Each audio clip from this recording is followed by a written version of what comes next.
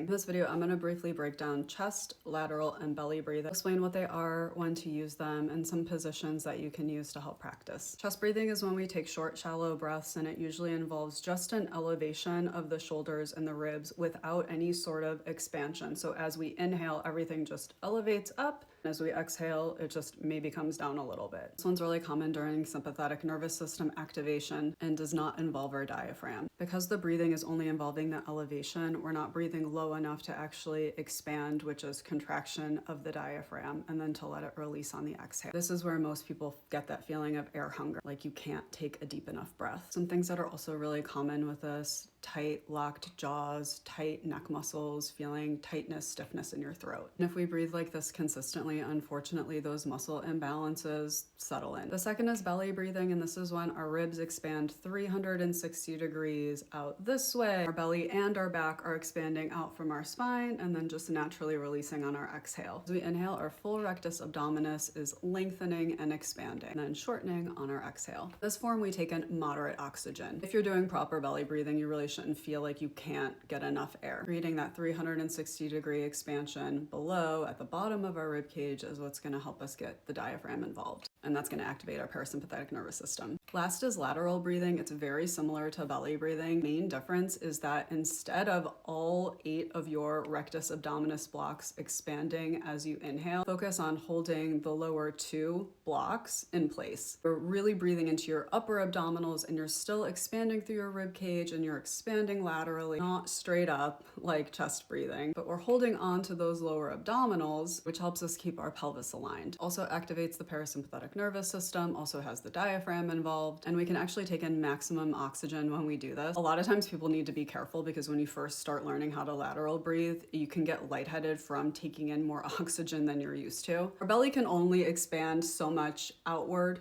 upward, whereas our ribs have much more expansion laterally if that's the only thing that we're moving. And guess what? I'm here to bust the binary, but that's a form of stretching your chest muscles. When should you use each? You want to use belly breathing when you're trying to be relaxed, where you're not worrying so much about posture. Like when you're relaxing at the end of the evening on the couch, we want to, as much as possible, try to be belly breathing, because that's the one that promotes more relaxation because we're not holding our lower abdominals. Also great for stretching if you're in a safe position so that you can relax. I use lateral breathing when we're doing most exercise, also when we're doing targeted breath work. So you might do belly breathing, targeted breath work, and then you also might want to do lateral breathing, targeted breath work. Also when we're trying to hold alignment in daily life. So if I'm standing, if I'm walking, if I'm, driving in my car, anytime where I need my pelvis to be aligned and stable, I'm gonna focus on lateral breathing so that I can hold that slight bit of alignment. I'm gonna give you 3 options for practicing belly breathing. The first is supine on your back. You want to make sure to put your palms up so that your shoulders have a slight external rotation, opening your airway, chin slightly up, opening your airway like someone's coming to give you CPR. You can just really focus on pushing your belly and your low back away from your spine, so belly toward the ceiling, low back toward the floor, and letting them kind of naturally come back toward the spine on your exhale. If you want to deepen that and start to connect with your lower abdominals versus your upper abdominals, you can stay in that position and do pelvic tucks. You'll deepen your exhalation, draw in your transverse abdominis, bring your low back and your belly towards your spine, and really focus on shortening that whole rectus abdominis muscle, bringing your pubic bone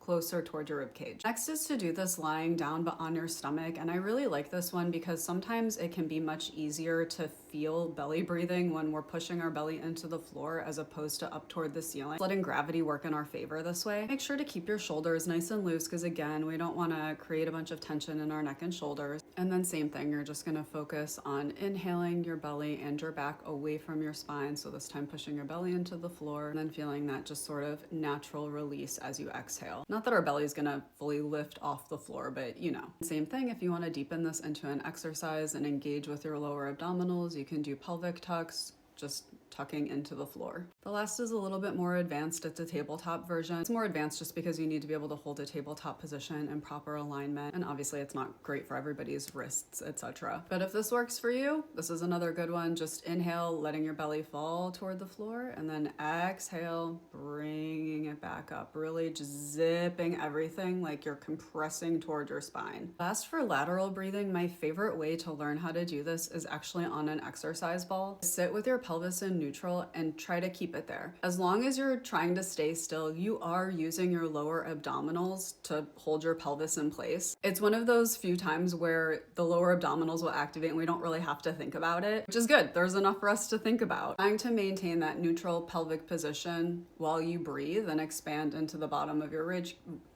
rib cage, and then the ribs coming back together. I also really like to use a band around my rib cage. This can help. Instead of putting your hands around your ribs, which can create tension in the neck and shoulders, just stick a band, tie a band around your rib cage, and that can give you that proprioceptive awareness as you inhale. You're inhaling to feel the band, feel your rib cage against the band, and then exhaling, feeling a little bit of tension release on the band. That was a lot longer than I intended, but I hope you stayed for it. Also a testament to how important it is, but how nuanced it is. If you do want to dive deeper and see more of the anatomy that goes behind breathing to help improve your mind-body connection, I will see you at the free session tomorrow.